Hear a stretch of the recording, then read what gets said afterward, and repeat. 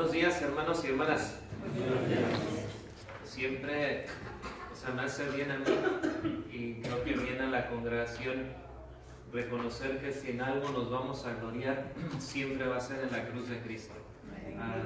En nosotros, bueno, no hay nada bueno, ¿verdad? Uno puede al final del día. En Él somos y en Él nos movemos. Y gracias a Dios porque Él nos da la bendición de poder dirigirnos, ¿verdad?, a la iglesia, al pueblo del Señor. Y vamos a orar para que Dios nos asista, esté con nosotros, con ustedes también, y podamos así compartir la palabra de Dios. Vamos a orar. Padre nuestro que estás en el cielo, santificado sea tu nombre. Tú eres bueno, tú eres misericordioso. Gracias, Padre, porque has demostrado tu amor de muchas y de diferentes maneras. Gracias porque tu amor hacia tus escogidos es un amor especial. Y ahora en esta hora, Señor, nos encomendamos en tus manos para que estemos atentos al consejo de tu palabra, podamos meditar en lo que hemos de escuchar y sobre todo, Señor, también ser nobles, siempre en casa, Padre, escudriñar las Escrituras para ver que todo lo que hemos escuchado es palabra de Dios, y como nos enseña la Escritura, que también sea conforme a la palabra de Dios. Sé pues con tu siervo y sé con cada uno de nosotros. Todo esto, Padre, te lo estamos pidiendo en el nombre de Jesús. Amén. Amén. Les invito, hermanos y hermanas, a abrir sus Biblias allá en Apocalipsis capítulo 3, versículos 14 al 21.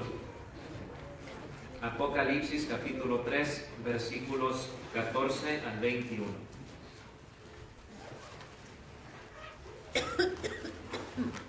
Dice la palabra de Dios. Apocalipsis capítulo 3, versículos 14 al 21. Y escribe al ángel de la iglesia en la Odisea: He aquí el Amén, el testigo fiel y verdadero, el principio de la creación de Dios, dice esto: Yo conozco tus obras, que ni eres frío ni caliente. Ojalá fueses frío o caliente, pero por cuanto eres tibio y no frío ni caliente, te vomitaré de mi boca. Porque tú dices: Yo soy rico y me he engrandecido, me he enriquecido, y de ninguna cosa tengo necesidad, y no sabes que tú eres un desventurado, miserable, pobre, ciego y desnudo. Por tanto, yo te aconsejo que de mí compres oro refinado en fuego, para que seas rico, y vestiduras blancas para vestirte, y que no se descubra la vergüenza de tu desnudez. Y unge tus ojos con colirio, para que veas. Yo reprendo y castigo a todos los que amo. Sé, pues, celoso, y arrepiéntete. He aquí, yo estoy a la puerta y llamo. Si alguno oye mi voz y abre la puerta, entraré a él y cenaré con él, y él conmigo. Al que venciere, le daré que se siente conmigo en mi trono, así como yo he vencido y me he sentado con mi Padre en su trono. El que tiene oído, oiga lo que el Espíritu dice a las iglesias. Palabra de Dios. Amén. Una de las cosas que vemos nosotros aquí en el libro de Revelación, que nos habla Juan también en el primer capítulo, es que es Jesús quien es el que anda en medio de los 7 candeleros de oro, uno semejante al Hijo del Hombre. Juan lo describe como alguien vestido de majestad y gloria, con 7 estrellas en su diestra. Vemos nosotros que el simbolismo de este vocabulario en cuanto a los 7 candeleros, las 7 iglesias, las 7 estrellas, los 7 mensajeros, y el que Él ande en medio de los 7 candeleros de oro, nos habla también la Escritura que Él conoce la vida de toda la iglesia en su totalidad.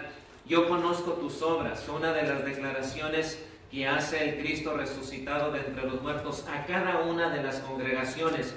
Yo conozco tus obras. Por esta razón Él se dirige al ángel, y por esa razón se puede dirigir a la iglesia, porque Él conoce, y el diagnóstico divino es un diagnóstico verdadero. Es algo en el cual el ojo divino ha penetrado la vida de la iglesia, no solamente sus pensamientos, pero también sus emociones, sus sentimientos, la motivación detrás de cada una de esas acciones, el por qué están ahí, cuál es la motivación más grande en la vida de esa mente y de ese corazón. Yo conozco. La palabra conocer es una intimidad cercana, Es la cercanía más cercana que Dios tiene con su pueblo, con su iglesia, con aquellos que han sido redimidos con la sangre de Cristo Jesús. Por eso Él tiene esa libertad de poder decir con toda libertad: yo conozco tus obras. Sucede también aquí en la iglesia de la Odisea, que la antigua ciudad de la Odisea, que se encontraba a 70 kilómetros al sur de Filadelfia, era una ciudad muy próspera, algo que el maestro también conocía. Contaba esta ciudad con tierras fértiles y era un paraíso de los hombres de negocio. Era un lugar en donde había la gran oportunidad de poder crecer económicamente. Era muy próspera.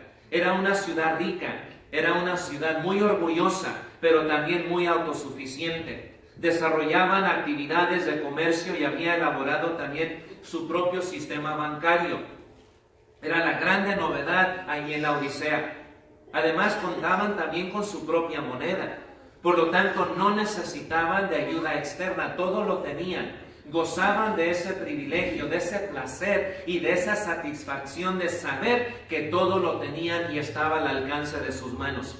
Cuando en el año 61 después de Cristo, un devastador terremoto arrasó con la ciudad de la Odisea, nos dice la historia que ella no solicitó ayuda del Imperio Romano, sino se reconstruyó por su propia cuenta con sus propios recursos. El historiador romano Tácito, hablando de este hecho, escribe él diciendo: la Odisea se levantó de las ruinas por la fuerza de su propia economía, sin ayuda de ninguna parte. Bueno, la Odisea se destacaba además también por su producción de lana negra, suave y sedosa, que se vendía muy cara en ese lugar. Esta lana era la materia prima para fabricar vestimenta fina y de primera calidad. Así que esta ciudad también próspera contaba con una floreciente industria textil. Y eso no es todo. La Odisea era famosa también por su facultad de medicina. Los habitantes de esa ciudad habían fabricado un colirio medicinal de exportación con ingredientes locales, y de eso también se jactaban, de ser una ciudad próspera, pero también una ciudad de exportación. Vemos en el versículo 15 y en el versículo 16 que el Señor Jesús describe a la iglesia de tal manera que ellos entienden quiénes son. Y al describir el Señor Jesús el estado de la iglesia y en dónde ellos están, Él lo hace con el fin de que la iglesia entiende y conozca que el Jesús lo sabe todo, que todo está ante la presencia de Él. La ciudad de la Odisea se ubicaba entre las ciudades de Hierápolis y Colosas. Ambas ciudades eran conocidas por la pureza de las aguas que corrían a través de ella. Hierápolis tenía una fuente termal que era considerada también medicinal. Colosa era famosa por sus aguas frescas y cristalinas que bajaban de las montañas. La Odisea, por otra parte, tenía mala reputación porque ahora, en este momento, no tenía buena agua. Era recordada siempre por su agua tibia, pero que también era agua sucia.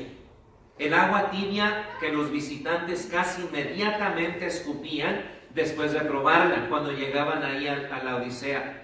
Bueno, en vista de esto, podemos decir que ambos, caliente y frío, eran considerados como buenos, mientras que el agua sucia y tibia de la Odisea no tenía ningún tipo de beneficio. Por eso nos es importante entender cuando el Señor Jesús dice a la iglesia que no eres frío, ni eres ¿qué? Caliente. No es que el Señor les está diciendo, bueno, te prefiero caliente, ferviente, o te prefiero frío, inmaduro, apartado de las cosas de Dios. No, sino la idea de frío y caliente viene de ese pensamiento que ellos entienden el por qué el Señor Jesús les habla de esa manera. Había la bendición de las aguas termales, había la bendición de las aguas frías, que la gente se beneficiaba de ambas aguas, sean frías o sean calientes. Había buenos beneficios. Pero lo que ellos entendían ahí en la Odisea, que las aguas tibias no eran aguas buenas, no eran saludables. En vez de proveer esa satisfacción, producían náusea. Y eso era algo en lo cual el Señor Jesús describe lo que ellos conocen, y el Señor Jesús les dice, yo también conozco y quiero usar esta figura de lenguaje para hablarles a ustedes en cuanto a su relación espiritual, que no son fríos ni tampoco son ¿qué? Calientes, son tibios. No servía el agua ni para beber, menos para refrescar como las aguas de Colosa, ni para dar un buen baño como las aguas de Hierápolis.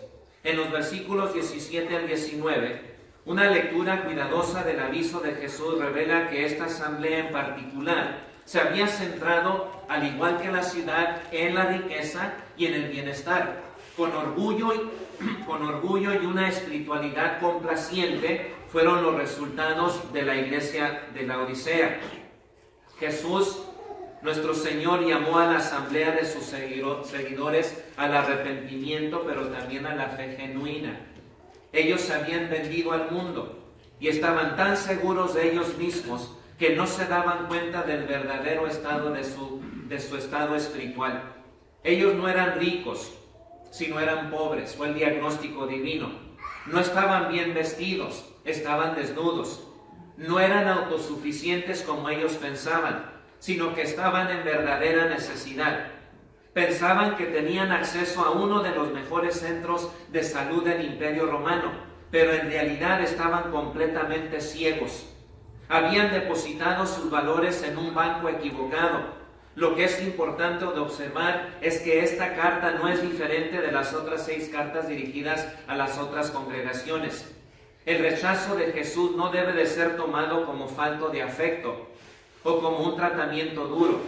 Es precisamente porque esta gente tenía el compromiso y el amor redentor de Cristo que fueron desafiados ellos al arrepentimiento y cambiar sus vidas al escuchar el diagnóstico divino.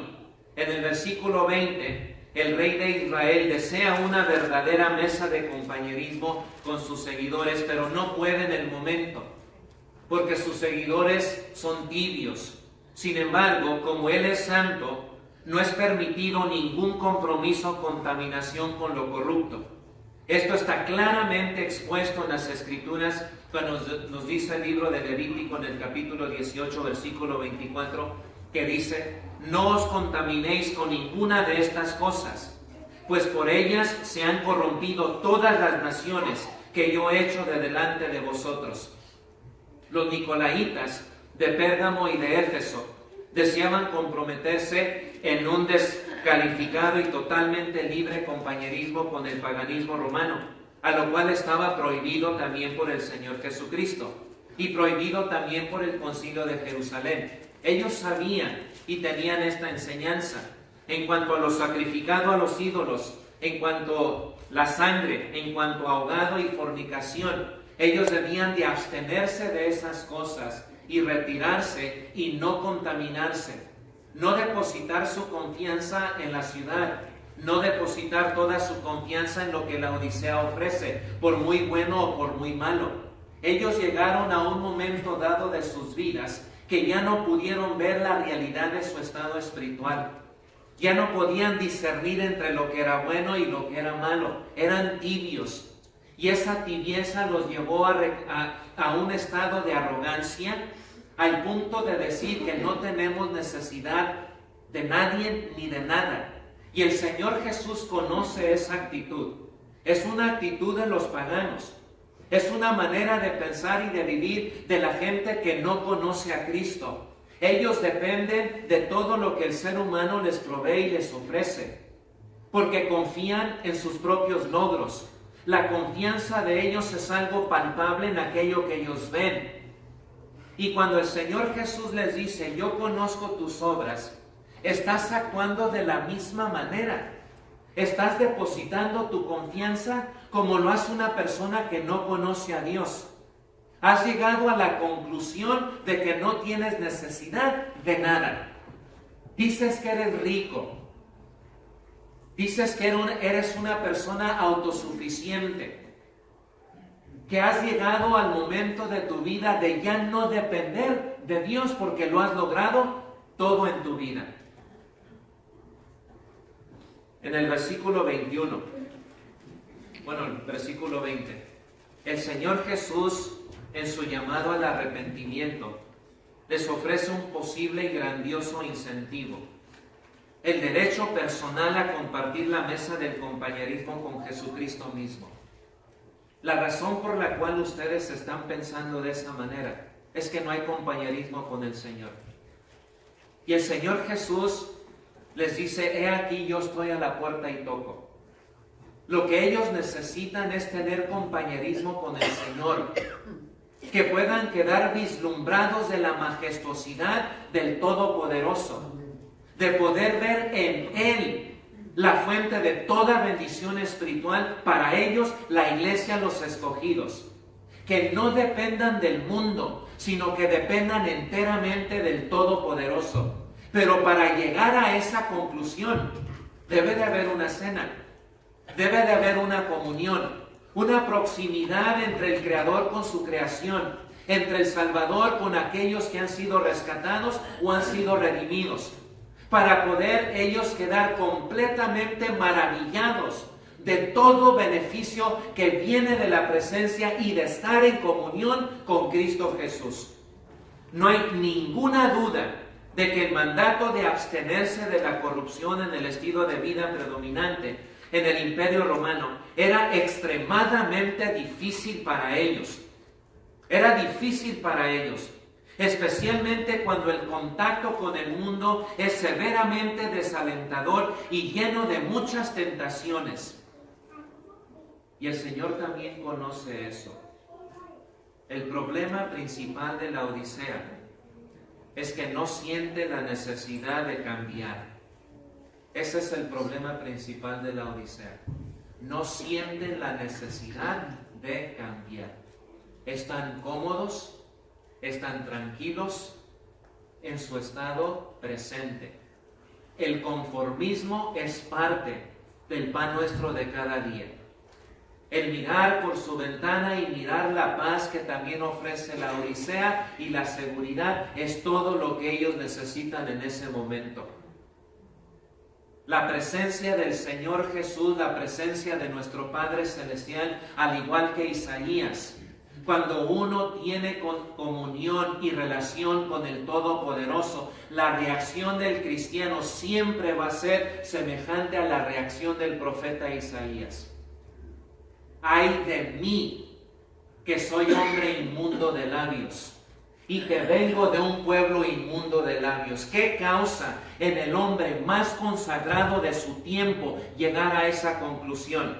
La santidad de Dios siempre provee en nosotros ese reconocimiento de que no somos dignos de acercarnos a Él, porque hay impureza en nuestros labios y nuestras manos, y venimos de un pueblo de la misma manera. Al compararnos con la majestuosidad del Todopoderoso, no somos nada ante Él. Y el problema de la iglesia de la Odisea, que habían caminado lejos de la presencia del Señor, que no vieron que ellos tenían necesidad de Dios. El problema principal, vuelvo a repetir, es ese. Ellos no ven necesidad de cambiar. Ellos pueden escuchar 1000 mensajes, pero no hay necesidad de cambiar. No lo ven así. No han llegado hasta el momento de sus vidas de llegar a esa conclusión. Tengo que cambiar. ¿A quién estoy engañando? Puedo engañar a todos y lo puedo hacer de una manera muy buena y efectiva, pero engañarlo a Él. Pero ¿cómo podemos llegar a esa conclusión? Teniendo compañerismo con Él. El propósito de nuestras reuniones cada primer día de la semana tiene como fin acercarnos a Dios. Porque el acercamiento a Dios revela lo malo a veces en nuestras vidas. Y somos llamados siempre al arrepentimiento. Y el arrepentimiento es un fruto que agrada a Dios. Pero para llegar a eso, tengo que tener comunión con Él. Dice la Odisea: yo soy rico y me he enriquecido y de ninguna cosa tengo necesidad. Cuando uno escucha a una persona del mundo hablar así, ¿qué decimos? Qué arrogante, qué soberbio. Se ha olvidado de dónde ha venido, ¿eh? Pero ¿sabe dónde se escucha más feo? En aquellos que, conociendo a Dios, no reconocemos eso. La Odisea se cree justa, tal como indica la traducción de su nombre, la palabra la Odisea, pueblo justo. Dijo el Señor Jesús: los que están sanos no tienen necesidad de médico, sino los enfermos. No he venido a llamar justos, sino pecadores al arrepentimiento. La iglesia de la Odisea, hermanos y hermanas, se encuentra en la condición del fariseo, que leemos nosotros en Lucas 18, versículos del 9 al 14, que cuando recordamos la parábola del fariseo y del publicano, no la leo porque ya la conoce. ¿Qué hace el fariseo? Eleva una oración, ¿se acuerdan?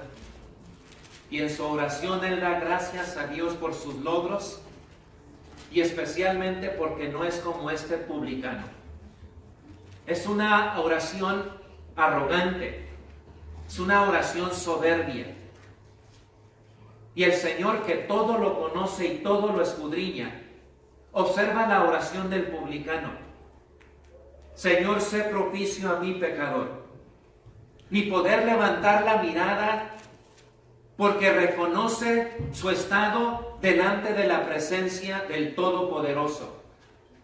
Y cuando la iglesia de la Odisea llegó a ser semejante al fariseo, es repugnante, causa náusea al Cristo resucitado ver esa actitud en aquellos que han sido redimidos, que vinieron completamente en bancarrota y con su necesidad de confesar que Jesucristo es el Hijo de Dios, ser bautizado en el nombre del Padre, del Hijo y del Espíritu Santo para el perdón de sus pecados y venir a ser nuevas criaturas. Pero ¿qué pasó con el caminar del tiempo? ¿Quién nos enseñó que hay un momento dado en nuestras vidas que vamos a dejar de depender de Dios? Ese es el problema de la riqueza. Que la riqueza sí provee seguridad económica. Teniendo dinero y plata uno puede comprar y sentirse seguro. Pero bien dice la Escritura, el apóstol Pablo a Timoteo, que la raíz de muchos males es el amor a qué? El amor al dinero, por el cual muchos se han ido por ese camino. El mensaje dirigido a la Odisea enseña que toda riqueza de la ciudad es completamente inútil. Su gran problema es la ceguera espiritual, que no le permite ver su trágica condición real. Ella no es consciente de su situación desesperada. Jesús dice: no sabes que tú eres un desventurado, miserable, pobre, ciego y desnudo. Fíjense cómo inicia. No sabes que tú eres. O sea, alguien te ha fascinado la mente, como dice el apóstol Pablo a los hermanos de Galacia. ¿Quién te endulzó la mente? ¿Quién te convenció? ¿Quién te habló bonito para decirte que estás bien, así como estás? Bueno, dice el Cristo resucitado: no sabes que tú eres desventurado, miserable, pobre, ciego y desnudo. La situación de la Odisea realmente, hermanos, es dramática si entendemos correctamente los símbolos bíblicos que presenta su descripción. La desnudez en la palabra de Dios es una representación de no estar justificado, y la desnudez es una señal de vergüenza. En donde quiera, desde el jardín del Edén, cuando ellos tomaron de lo prohibido y sus ojos fueron abiertos, pensando que al tomar de eso y comer de ello iban a ser semejantes a Dios, sabiendo el bien y el mal. Pero cuando ellos tomaron, inmediatamente reconocieron que eran lo opuesto a Dios y tuvieron por primera vez algo que jamás Adán y Eva habían sentido en sus vidas. Sintieron vergüenza por primera vez y reconocieron que ambos estaban desnudos y se cubrieron. cuando el Cristo resucitado le dice a la iglesia de la Odisea, estás desnuda. O sea, te debe de dar vergüenza en la situación espiritual en que estás. La ceguera, eres ciego. En la vida es un símbolo de ceguera espiritual, tal como la pobreza representa la pobreza espiritual. Así los laodicenses no pueden ver su real condición y viven ellos autoengañados. Sí van y se reúnen y están en un edificio, pero el que importa está tocando, está afuera. Hermanos, cuando el Señor Jesús resucita y asciende a los cielos, ni 30 ni 40 años después, en una de las iglesias de Asia, el Señor Jesús está ¿dónde? Está afuera. Y no es que ellos le han echado fuera, es que la actitud de ellos no permiten al Señor convivir y tener comunión con ellos. Es que Dios es santo. Y el error de la iglesia de la Odisea en una asamblea es pensar que porque están sentados invocando el nombre del Señor que todo está bien. Pero cuando el Cristo resucitado dice, yo conozco, por eso estoy allá. No puedo tener comunión contigo. No puedo sentarme en la mesa y partir pan contigo. Cuando tú piensas que no tienes necesidad. Yo no he venido a los sanos, he venido a los enfermos. Yo no he venido a aquellos que ven y piensan que todo lo logran a ver claramente. He venido a los ciegos. Y tú estás actuando ahorita como una persona que piensa que todo lo ve, que no tiene necesidad de nada ni de nadie. Han asimilado las actitudes de la civilización orgullosa, de la civilización secular humanista, que excluye a Dios de sus corazones y de sus reuniones. Así están actuando, les dice el Cristo resucitado a la iglesia de la Odisea. Ustedes han asimilado las actitudes orgullosas y seculares humanistas que excluyen a Dios de sus congregaciones y de sus corazones. Vosotros debéis de ser la sal de la tierra, pero si la sal se desvaneciere, ¿con qué será salada? No sirve más para nada, sino para ser echada fuera y hollada por los hombres. Mateo 5:13. Para eso sirve la sal, para ser echada afuera. Es inútil, no preserva, no ayuda, todo lo contrario. Ser tibio también es ser niño espiritualmente hablando. Primera de Corintios capítulo 13 versículo 11 dice el apóstol Pablo, cuando yo era niño, pensaba como niño, juzgaba, hablaba como niño y juzgaba como niño. Fíjense, hermanos, qué difícil es tolerar a un niño. Porque a un niño habla como niño. O sea, va a ser bien difícil que entre en razón. Y luego pensar como niño. Yo no tengo necesidad de nada. Mira, estamos aquí para ayudarte. Yo no necesito la ayuda de nadie. Yo lo puedo hacer solo. Y luego juzgar como niño. Así era la actitud de la iglesia de la Odisea. Son niños espiritualmente. Los laodicenses mezclan las cosas de Dios con las cosas del mundo. Dedican tiempo para Dios y tiempo para las cosas malas del mundo. Son tibios. Piensan poder ser salvos en sus pecados sin tener que arrepentirse y abandonarlos. Hacen cosas buenas, pero también hacen cosas malas.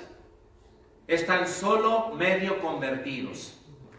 De sus bocas salen oraciones y bendiciones, como también maldiciones. A veces testifican de Cristo Jesús y otros días lo niegan con su actitud. Comen, visten, escuchan, ven y hablan según las costumbres del mundo y cuando les conviene, según las costumbres de la iglesia. Es una actitud de tibieza espiritual.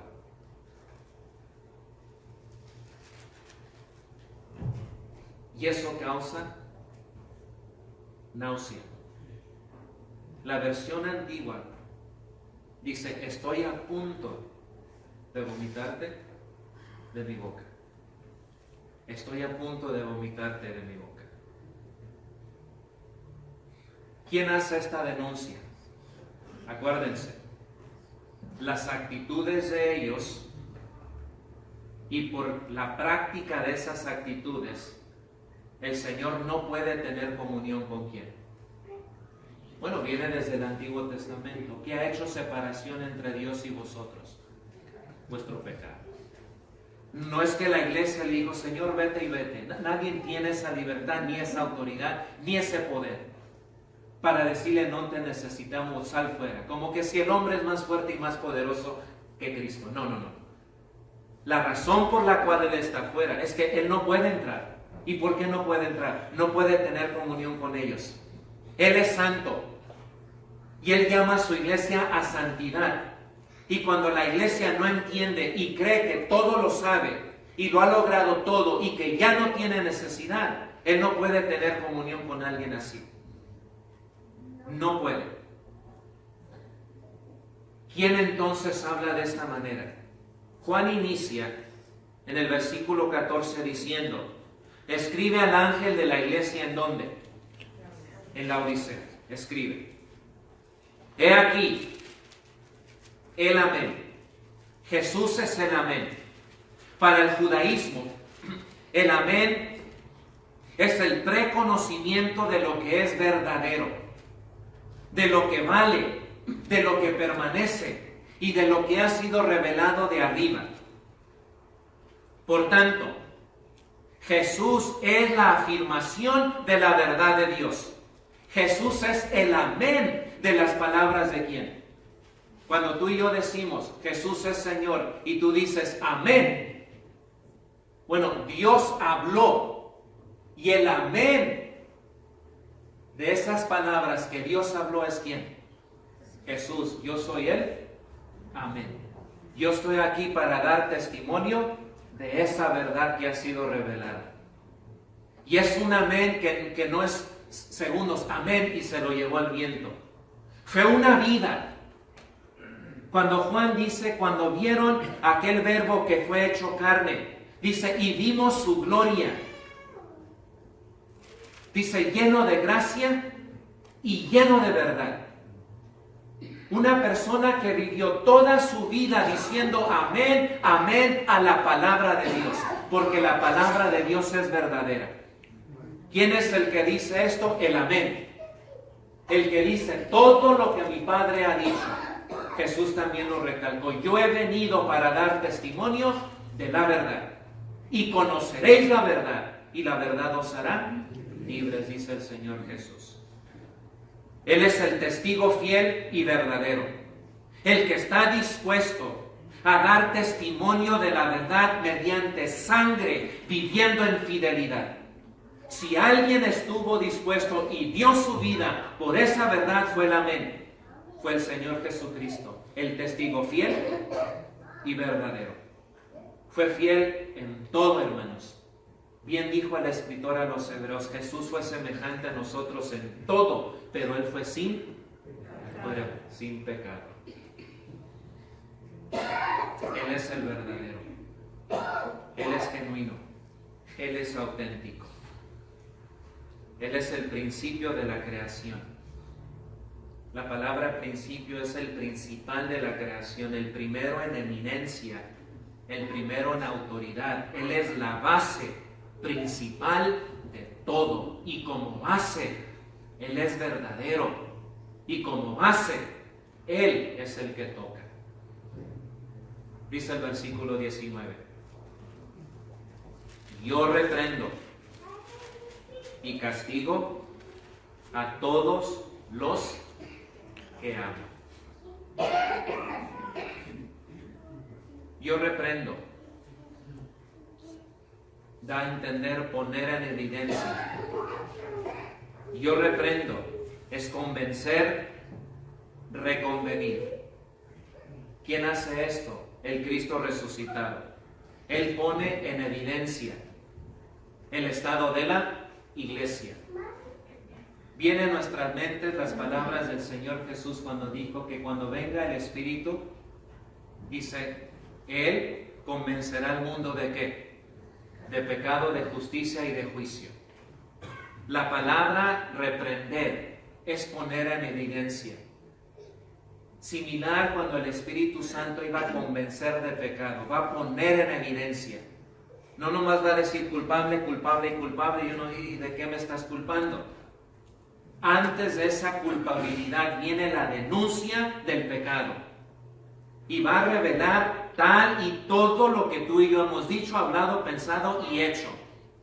¿Qué hace el Cristo resucitado? Él reprende, Él pone en evidencia el estado espiritual de la iglesia. En ese silencio, en esa quietud, esos oídos que escuchan, sucede algo maravilloso en la vida de uno que escucha la palabra del Señor, que son penetrantes y penetran hasta partir el alma y disciernen nuestros pensamientos, y en lo más recóndito de nuestra mente y nuestro corazón, hasta allá entra la palabra. Rincones tan escondidos, tan íntimos, que ninguna otra palabra ha podido llegar, pero cuando se habla las palabras de Dios, ellas penetran y llegan hasta lo más profundo, y de allí viene la evidencia y nos sentimos convictos, como cuando el apóstol Pedro en el día del Pentecostés dijo: a este Jesús a quien vosotros crucificasteis, Dios le ha hecho Señor y Cristo. Al oír esto, se compungieron de corazón. La palabra compungir es cortar el corazón, como una navaja o un papel. Es una herida tan fina que compunge el corazón, te hiere. Es una evidencia que no podemos culpar a nadie. Él lo hizo. O como Adán y Eva, es la mujer que me diste, no la serpiente. No, allí es, yo lo hice, yo soy culpable. ¿Se acuerdan cuando los discípulos están todos sentados en el aposento alto y el Señor Jesús dice: uno de ustedes me va a entregar? Por primera vez no se culparon. ¿Verdad que no? ¿Qué dijeron? ¿Seré yo, Señor? Oh, cuando el Señor pone en evidencia, uno queda convicto, queda uno compungido diciendo: varones hermanos, ¿qué haremos? Yo reprendo. Segundo, yo también castigo. La palabra castigar, su raíz es instruir niños por medio de la educación. Y en su forma más intensa es castigar mediante la aplicación de males y calamidades. Yo también hago eso. Yo también castigo por medio de males y calamidades. Y yo sé y entiendo, como dice el apóstol Pablo, Dios no os dejará ser tentados más de lo que podamos resistir. Pero si el Señor tiene que hacer algo para llamarnos la atención, uno que dice que ve pero está ciego, uno que dice estoy bien vestido pero está desnudo, uno que dice que soy rico pero está pobre y no quiere ver y no quiere ni pensarlo ni aceptar que tiene necesidad, bueno, ¿qué hace Dios? He ahí calamidad. El mismo que da es el mismo que comienza ¿qué? A quitar. Y para que ellos no piensen que Dios es malo, por eso Juan les dice: yo reprendo y castigo a todos los que amo. porque los amo, los pongo en evidencia. Porque los amo, los castigo. Porque los amo. Porque quiero tener relación y comunión con ustedes. Por lo tanto les dice, sé celoso. Esa intimidad que yo quiero tener con ustedes, pero estoy afuera porque no quiero y no puedo tener comunión con algo que no quiere tener comunión conmigo. Sé celoso de la misma manera. Y el celo siempre te va a mover al arrepentimiento, porque tienes y quieres tener relación con Cristo.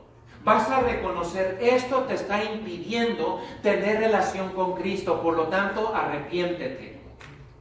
Cuando el Señor Jesús comenzó su ministerio, Marcos nos dice que el Señor Jesús, después que Juan el Bautista fue encarcelado, se presenta en el escenario el Maestro y comienza a decir, el reino de los cielos se ha acercado. Arrepentíos y creed en el Evangelio. Siempre es el llamado al arrepentimiento. Dejar de hacer lo malo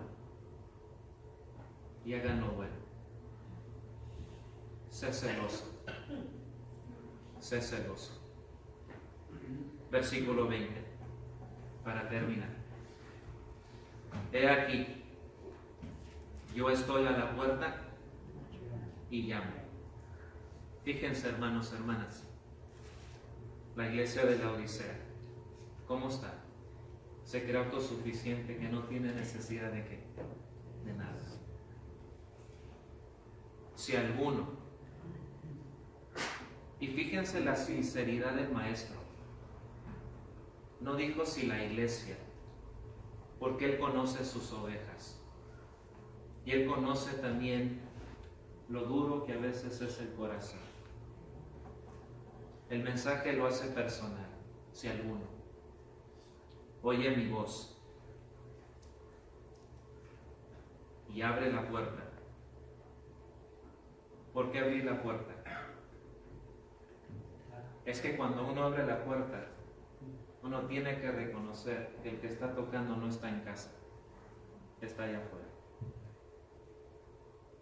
Y a veces cuando uno dice, ¿le abro o no le abro? Cuando Dios enviaba a sus profetas y el rey lo miraba, decía el rey, ¿es pacífica tu venida?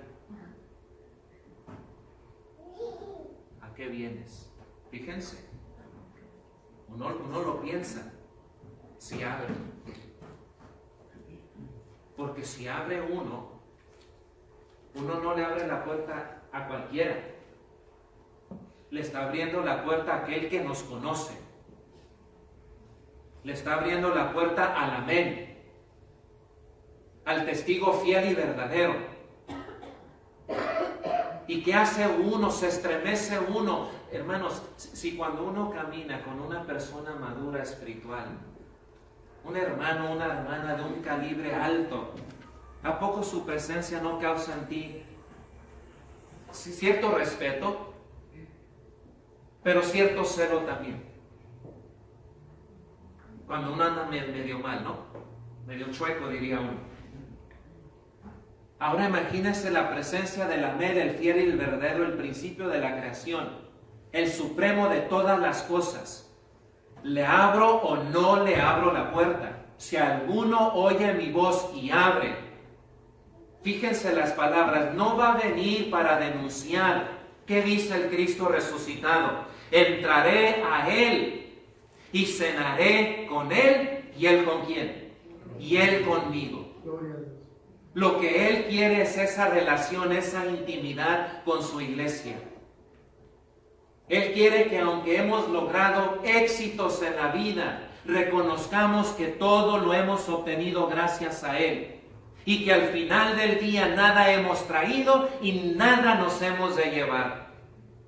El apóstol Pablo en los libros de Revelación dice, bienaventurados los que mueren en el Señor. Sí, dice el Espíritu, descansarán de sus trabajos, porque con él, sus obras con ellos, ¿qué?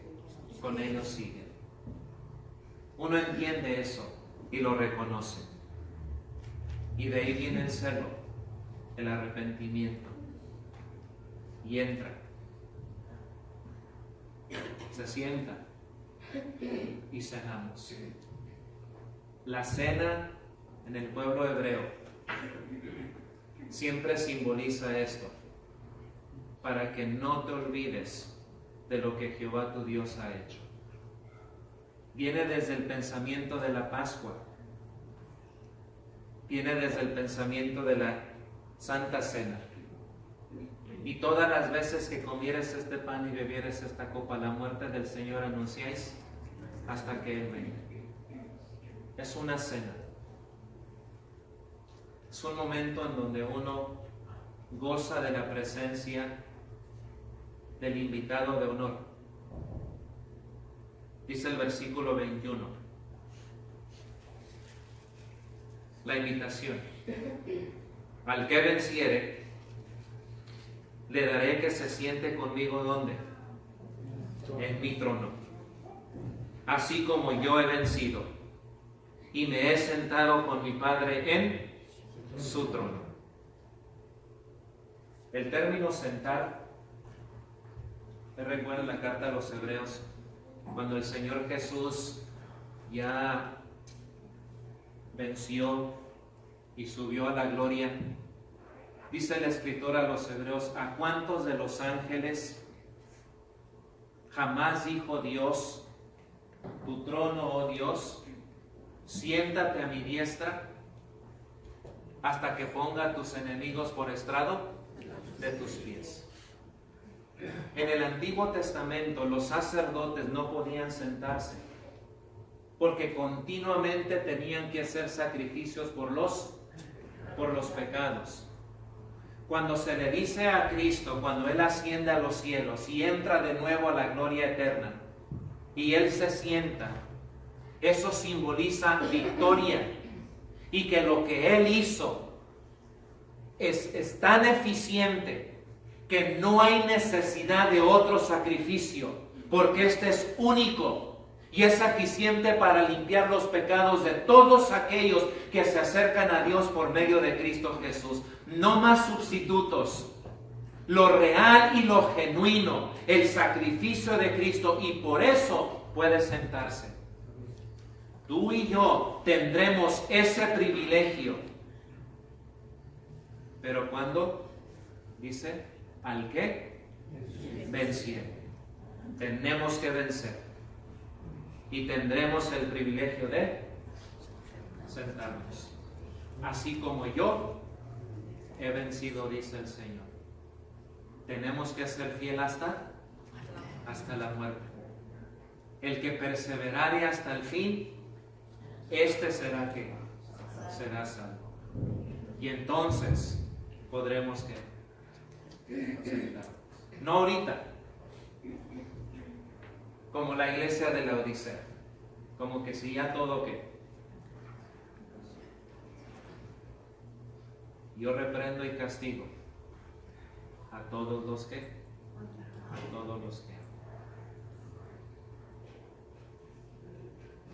gracias a Dios por ello, de que cuando uno se siente triste y vacío, uno entiende y reconoce, Cristo no puede tener comunión con una persona así. Tengo que ser celoso. Me voy a arrepentir. Voy a abrir la puerta. Qué expresión tan más vívida. Qué imagen tan más penetrante en mi mente y en nuestro corazón. El tener siempre las puertas abiertas y saber, Él está sentado. Pero el mundo nos dice sí, pero Él es el amén. Él es el fiel, Él es el verdadero, Él es el preeminente, Él es el principio, Él es el gobernante, Él es el monarca. ¿De qué podemos tener necesidad si todo lo tenemos en Él? Y Él es por nosotros. ¿En dónde está el colirio entonces? para que pueda que pueda ver. Ahora sí me entró vientecito, tengo frío, necesito cubrirme. Eso causa la presencia del Señor, que cuando Él pasa, así como en Génesis, el Espíritu de Dios se mueve y sientes y dice, no necesito estar cubierto. Ven, abre, entraré y cenaré con Él y Él cenará conmigo. Al que tiene oídos para oír, oiga lo que el Espíritu dice a las iglesias. Sí, la Odisea, pero a todas las iglesias del Señor Jesús. ¿A qué nos llama el Señor, hermanos? A tener comunión y compañerismo con Él. Él lo anhela. ¿Cuánto he deseado comer con vosotros esta Pascua? Esta es mi sangre del nuevo pacto. Este es mi cuerpo del nuevo pacto, que por vosotros es partido. Es la comunión que Él quiere. Porque no eres frío ni caliente. O sea, no eres de bendición de aguas refrescantes, ni eres bendición de aguas termales o esas aguas que bendicen medicinales. No eres ni una ni eres otro. ¿Eres qué? Eres tibio. No se puede ser tibio. Tenemos que ser de bendición. Y para poder ser de bendición necesitamos tener comunión con Cristo Jesús. Dios les bendiga. ¿Era clase, hermano? ¿Era clase o era predica? Era clase. Dice el hermano, sí. Me acostumbré que cuando está uno detrás del púlpito, bueno, allá en Montebello es mensaje, pero si uno está aquí abajo, es clase. Fíjense, la tradición cómo nos está también ahí. Pero no, hermanos. Regresando. Si alguno tiene necesidad, no se sienta mal, no nos sintamos mal. Si el hombre más consagrado en su tiempo, Isaías, él reconoció que ante la santidad de Dios, él es un hombre inmundo de labios. Y viene de un pueblo también inmundo de ¿qué? De labios. Hay que consagrarnos a Dios, porque Él quiere tener comunión con nosotros. Si tienes necesidad, clama a Él. Mientras nos ponemos de pie y cantamos un himno. Dios les bendiga, hermanos y hermanas.